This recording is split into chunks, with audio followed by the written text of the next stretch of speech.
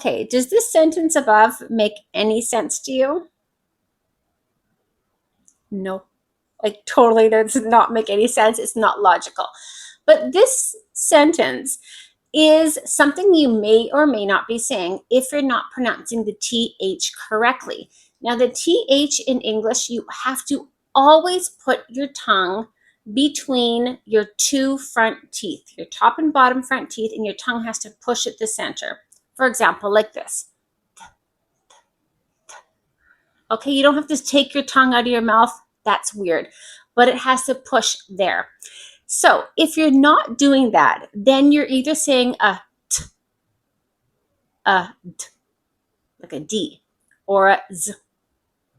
And this is a problem because you could very well be saying a different word. So this is not just about pronunciation. This is about saying a completely different word. So I'm going to go down below and I'm going to read some words with the proper TH pronunciation and some of the common mistakes students make if they do pronounce a TH like a D or a T or a Z. Okay, now the number one step always in pronunciation and learning to pronounce words correctly and sounds correctly in English, train your ear. If your ear can't hear the difference, don't even bother pronouncing it. First, work on your ear. So watch this video a few times. Make sure your ear can hear the difference between the TH and the D and the T and the Z. If your ear can hear it, stage one is done. Next, you want to work on making sure your tongue is pressed there all the time. If you're watching my videos and following my pages and channels, you're probably upper intermediate to advanced. So you've been speaking English for a long time. This is going to be a really tough habit to break, but you need to. It's going to hold you back. Even if you have advanced vocabulary and grammar, if you're saying this instead of this, it's a big problem. So let's go through down below, listen and repeat, and again, start with your ear and then work on your pronunciation. So this. Now you don't want to say dis because dis means to insult someone. So this. Thin, tin. Tin's a metal. Thin. The contract's quite thin. Not tin. You don't want a tin contract.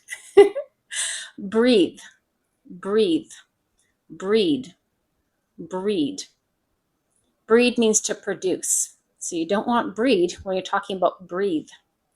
Then, den. Den's like an extra little living room. Three, tree. You know both these words. These are totally different words. I can't even tell you how many times I have C1 level students say tree instead of three. So make sure that TH, again, three, tree. Yeah, that tongue between your teeth, that's all you have to do. Of course, there's differences between voiced and unvoiced TH. That's for later. This is the most important now. Make sure your tongue goes there between the two teeth. And the last one is there. Dare. Dare is to try to get someone to do something they don't want to do. There. Dare.